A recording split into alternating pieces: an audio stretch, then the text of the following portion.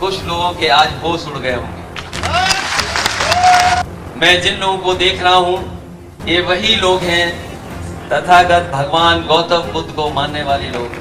चक्रवर्ती सम्राट चंद्रगुप्त मौर्य, चक्रवर्ती सम्राट अशोक के वंशज लोग दिखाई दे। अभी मैं स्वामी प्रसाद मौर्य जी को सुन रहा था।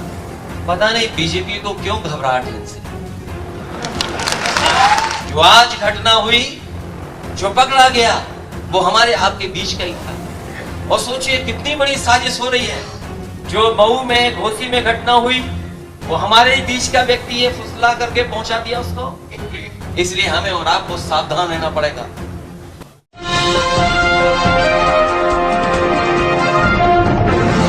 साथियों नमस्कार, मैं हूं नीरज पटेल और आप देख रहे हैं नेशनल जनमत। लखनऊ में स्वामी प्रसाद मौर्य के साथ जूता कांड हो या घोसी में दारा सिंह चौहान के साथ स्याही कांड, दोनों ही घटनाओं में नेता भी पिछड़ी जाति के थे और उनके ऊपर हमला करने वाले भी पिछड़ी जाति के।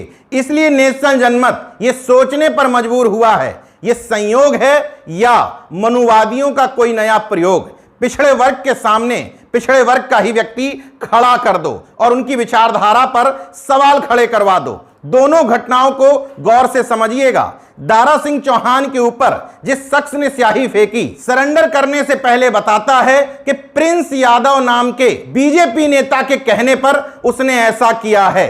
दूसरी घटना में आरोपी का नाम है आकाश सैनी, अपने आप को बहुत बड़ा पुजारी, पूजा पाठ करने वाला बताता है, हिंदू धर्म का तथाकथित रक्षक बताता है। इन दोनों घटनाओं में नेशनल जनमत को साजिश क्यों नजर आती है उसको भी समझ लीजिए।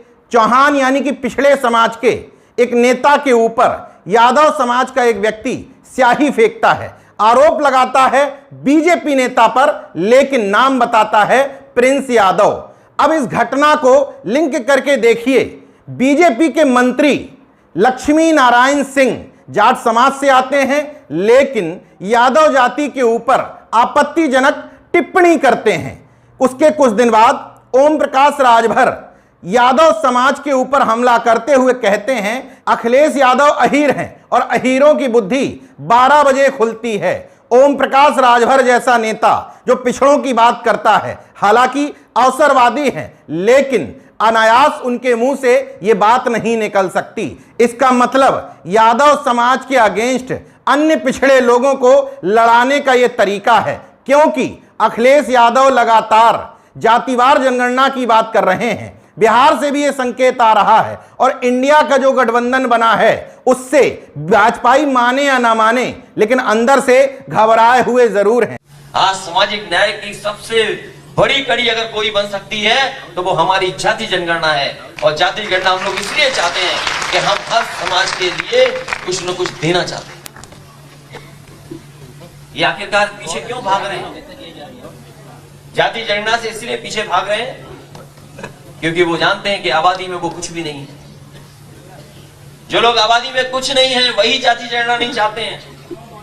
कि जब कभी भी समाजवादियों को मौका मिलेगा, आपके लीडर तो हैं ही हमारे साथ, हम आपको भरोसा दिलाते हैं कि जाति जनगणना करा करके नई दिशा में किस तरीके से समाज को आबादी के हिसाब से हक और सम्मान मिल जाए और उनको अधिकार मिल जाए, उस दिशा में काम करेंगे। दूसरी घटना पर देखिए, मौर्य समाज के व्यक्ति के ऊपर सैनी समाज के व्यक्ति ने जूता फेंका, ये कहते हुए कि उसकी धार्मिक भावनाएं आहत हो गईं। जबकि सोचने की बात है कि इस धर्म से सबसे ज्यादा लाभान्वित कौन हो रहा है, धर्म फायदे का सौदा किसके लिए है। अब जरा सोचिए, इस आकाश सैनी का किस तरीके से प्रयोग या दुरुपयोग करने की साजिश की जा रही है। कुछ मीडिया में यह भी खबर छपवाई गई इस धर्म का एंगल लाने से पहले कि आकाश सैनी इस बात से नाराज था कि वहां बैनरों में सैनी समाज को कम महत्व दिया गया था। मतलब सैनी मौर्य शाक्य वंश के लोग जो अपने आप को सम्राट अशोक, चंद्रगुप्त मौर्य और तथागत बुद्ध का वंशज मानते हैं, उनमें भी आपस में विभेद कर दिया जाए। इसलिए मौर्य के खिलाफ सैनी को खड़ा करने की साजिश थी। इस जूता कांड के बाद सबसे पहले कुछ खामाखा टाइप के लोग श्रेय लेने आ गए। हिंदू महासभा के शिशिर चतुर्वेदी, अगर इतना ही बढ़िया लग रहा था ये काम, तो किसी अपने हिंदू महासभा के कार्यकर्ता से क्यों नहीं करवा लिया? दूसरे, माफिया महंत राजू दास, माफिया शब्द सोच विचार कर ही प्रयोग कर रहा हूं। जिस तरह की इनकी भाषा है, जिस तरीके से धमकी देते हैं, स्वामी प्रसाद तो छोड़ दीजिए, एक राष्ट्रीय पार्टी के अध्यक्ष और पूर्व मुख्यमंत्री को कह रहे हैं कि इनके ऊपर भी जूता पड़ सकता है। इस तरह की भाषा किसी महंत की तो नहीं हो सकती, एक माफिया की जरूर होगी। स्वामी प्रसाद मौर्य जी का जूता से किसी ने स्वागत किया है, उनको साधुवाद है। अभी तो स्वामी प्रसाद मौर्य जी के ऊपर जूता चल रहा है, आने वाले दिनों में अखिलेश यादव जी भी जूते से पीटे जाएंगे, क्योंकि उनके पार्टी के वरिष्ठ नेता रोज रोज सनातन को गाली देते हैं। आने वाले दिनों में अखिलेश यादव जी के ऊपर भी जूता गिरेगा। अब स्वामी प्रसाद मौर्य पर जूता फेंकने वाले आकाश सैनी का थोड़ा सा बैकग्राउंड खंगालिए। कुछ दिन पूर्व यह शख्स जेल जा चुका है, क्योंकि मंदिर में खड़े होकर के फायरिंग कर रहा था भगवा वस्त्र पहन करके। इसका मतलब मानसिक रूप से ठीक तो इसको नहीं कहा जा सकता, धर्मांध है इतना जरूर कहा जा सकता है। मगर स्वामी प्रसाद मौर्य आरोप लगाते हैं कि एडवोकेट जरूर है, लेकिन भारतीय जनता पार्टी के एक नेता जो अधिवक्ता भी हैं, उनका जूनियर भी है। मौजूदा समय में पिछड़ा वर्ग काफी हद तक एक दूसरे से कनेक्ट हो रहा है। अखिलेश यादव ने भी मौके की नजाकत को समझते हुए अपनी इमेज के उलट ठीक ठाक भाषण दिया। पिछड़े वर्ग के सम्मेलन में वो बोल रहे थे तो जातिवार जनगणना पर भी चर्चा की, इस बात पर भी चर्चा की कि स्वामी प्रसाद मौर्य से बीजेपी घबराती क्यों है, और दोनों घटनाओं को साजिश करार दिया और नेशनल जनमत के सोचने के अनुरूप यही बात उन्होंने मंच से कही कि दोनों ही जगह हमारे लोग क्यों खड़े किए गए। कुछ लोगों के आज होश उड़ गए होंगे। जो आज घटना हुई, जो पकड़ा गया, वो हमारे आपके बीच का ही था। और सोचिए कितनी बड़ी साजिश हो रही है। जो मऊ में घोसी में घटना हुई, वो हमारे ही बीच का व्यक्ति है, फुसला करके पहुंचा दिया उसको। इसलिए हमें और आपको सावधान रहना पड़ेगा।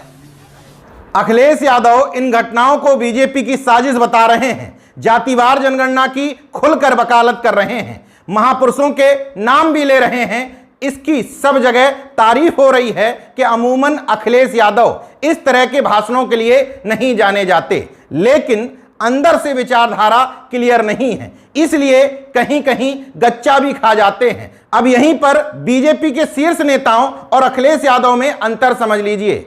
भाजपाई ये जानते हैं कि वो किस जगह पर आए हैं, किस तरह के लोगों को खुश करना है, उसी के अनुरूप भाषणबाजी करते हैं। अखिलेश ने भी काफी हद तक ये करने की कोशिश की। मैं कतई नहीं कह सकता कि आप एक कार्यक्रम में आ जाइए और अपना पाखंड छोड़ दीजिए, ये संभव नहीं है। अंदर से आप धार्मिक हैं, बने रहिए, लेकिन आपने खुद स्वीकारा कि आप ऐसे कार्यक्रम में आए हैं जहां चंद्रगुप्त, सम्राट अशोक और तथागत बुद्ध को मानने वाले लोग बैठे हैं।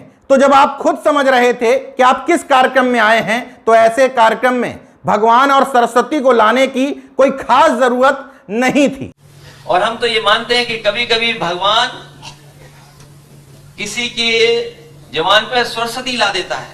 खैर, पिछड़े समाज में जन्मे महापुरुषों के जीवन पर यह कार्यक्रम आयोजित करके न सिर्फ स्वामी प्रसाद मौर्य ने अपनी ताकत दिखाई है, बल्कि उनकी बोलती भी बंद कर दी है। जो कह रहे थे कि स्वामी प्रसाद मौर्य के बयानों के कारण अखिलेश यादव ने पार्टी में उनको अलग थलग कर दिया है। इतना स्पष्ट है कि अखिलेश यादव थोड़ा बहुत ही सही, लेकिन स्वामी प्रसाद मौर्य की विचारधारा से सहमत भी हो रहे हैं और ये मान भी रहे हैं कि स्वामी प्रसाद मौर्य से बीजेपी घबराई हुई है। हालांकि जिन साजिशों की तरफ इशारा किया गया है, उन साजिशों पर गौर जरूर फरमाइएगा। देखते रहिए नेशनल जनमत, जागरूक और सजग बने रहिए। जय विज्ञान, जय संविधान, जय लोकतंत्र। धन्यवाद।